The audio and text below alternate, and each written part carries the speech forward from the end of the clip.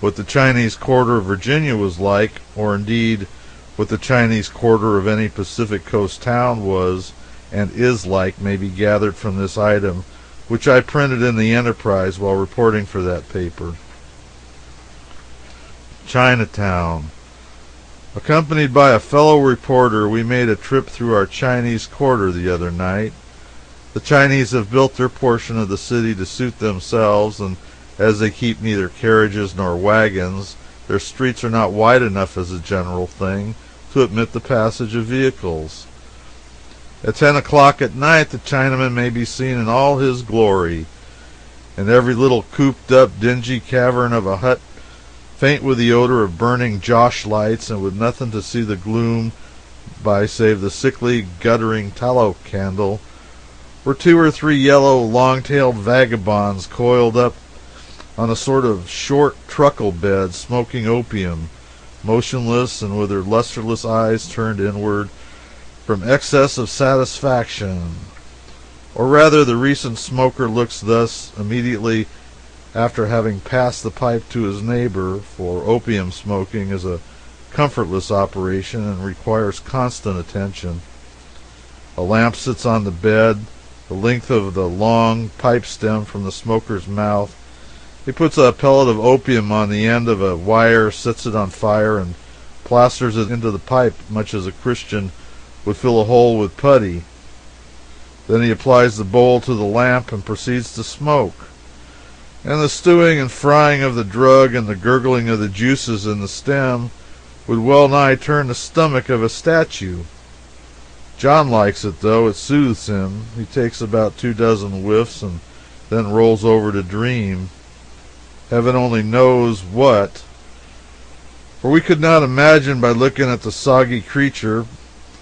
Possibly in his vision he travels far away from the gross world and his regular washing, and feast on succulent rats and birds' nests in paradise.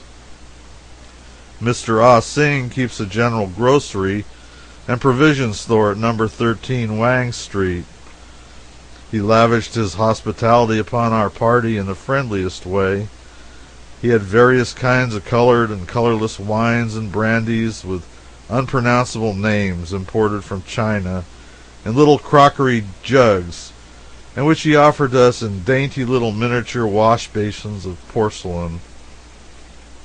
He offered us a mess of birds' nests, also some small, neat sausages, of which we could have swallowed several yards if we had chosen to try, but we suspected that each link contained the corpse of a mouse, and therefore refrained. Mr. Sing had in his store 1,000 articles of merchandise, curious to behold, impossible to imagine the uses of, and beyond our ability to describe. His ducks, however, and his eggs we could understand. The former were split open and flattened out like codfish, and came from China in that shape, and the latter were plastered over with some kind of paste which kept them fresh and palatable through the long voyage.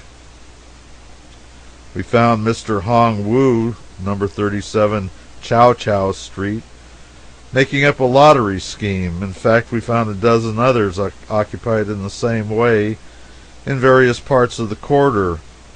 For about every third Chinaman runs a lottery, and the balance of the tribe buck at it. Tom, who speaks faultless English and used to be chief and only cook to the Territorial Enterprise when the establishment kept Bachelor's Hall 2 years ago, said that sometime Chinamen buy ticket $1 hap, catch 'em 200-300, sometimes no catch 'em anything. Lottery like one man fight 'em 70. Maybe he whip, maybe he get whip himself. Willie good. However, the percentage being 69 against him, the chances are, as a general thing, that he get whip himself. We could not see that these lotteries differed in any respect from our own, save that the figures being Chinese, no ignorant white man might ever hope to succeed in telling the other from which. The manner of drawing is similar to ours. Mr. C. Yutt keeps a fancy store on Live Fox Street. He sold us fans and white feathers, gorgeously ornamented, perfumery that smelled like Limburger cheese, Chinese pens, and watch charms made of stone unscratchable with steel instruments, yet polished and tinted like the inner coat of a seashell. As token of his esteem, C. Yep presented the party with gaudy plumes made of gold tinsel and trimmed with peacock feathers. We ate chow chow with chopsticks in the celestial restaurants.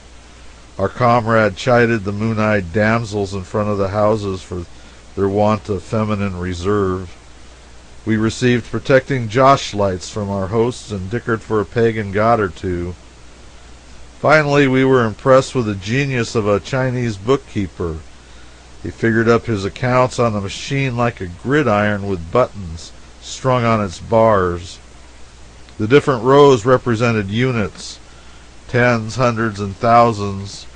He fingered them with incredible rapidity. In fact, he pushed them from place to place as fast as a musical professor's fingers travel over the keys of a piano.